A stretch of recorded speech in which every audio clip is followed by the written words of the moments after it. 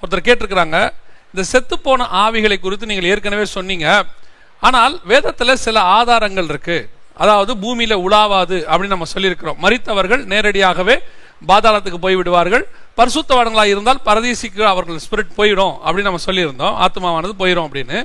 அப்ப இவங்க என்ன கேட்டிருக்கிறாங்கன்னா, இப்ப நீங்க வேதத்துல வாசிக்கும் போது இயேசு கிறிஸ்து சமுத்திரத்தின் மேல நடந்து வராரு, வரும்போது சீஷர்கள் அவரை பார்த்து ஆவேசம் என்று கத்துறாங்க.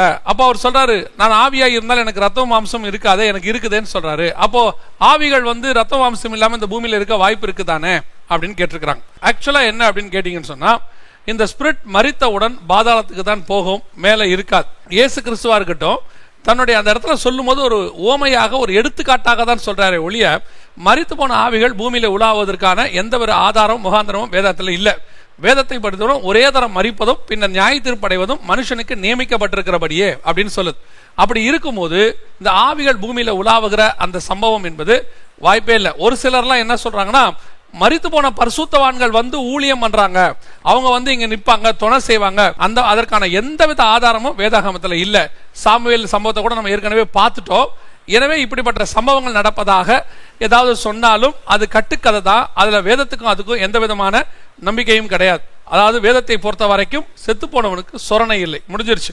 இப்ப அவங்க என்ன சொல்றாங்கன்னா, பாதாளத்தில் இருக்கிற ஆவிகள் பூமியில உலாவதற்கு வாய்ப்பு இருக்கிறதா? ஏற்கனவே நம்ம சொல்லி இருக்கிறோம், இந்த பாதாளத்தில் இருக்கிற ஆவிகள் மேல வரவே முடியாது. அவங்க எதை இதுக்கு ஒரு உதாரணமா எடுத்திருக்கிறாங்கன்னா, செத்து போன பரிசுத்தவான்களுடைய சரீரங்கள் பரிசுத்தவான்களுக்கு அநேகருக்கு காணப்பட்டதுன்னு சொல்லி வருது இயேசுவின் மரணத்தோட அப்படின்னு கேட்கிறாங்க.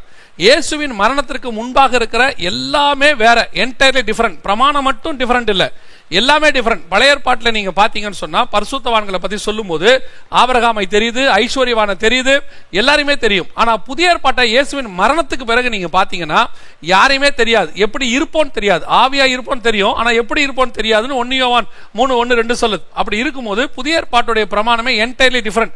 வெறும் பிரமாணம் மட்டும் இல்ல, ஆவிக்குரிய வாழ்க்கை, அதுக்கு கிடைக்கிற பலன், அதனால வரக்கூடிய ஆசீர்வாதங்கள் எல்லாமே டிஃபரெண்ட். பழைய ஏற்பாட்டில் சரீர மீட்பும் ஆத்ம மீட்பும் அடையாமல் இருந்தார்கள், அவர்கள் பிசாசுடைய கண்ட்ரோல்ல பாதாளத்தில் இருந்ததுனால அப்படி இருந்தது.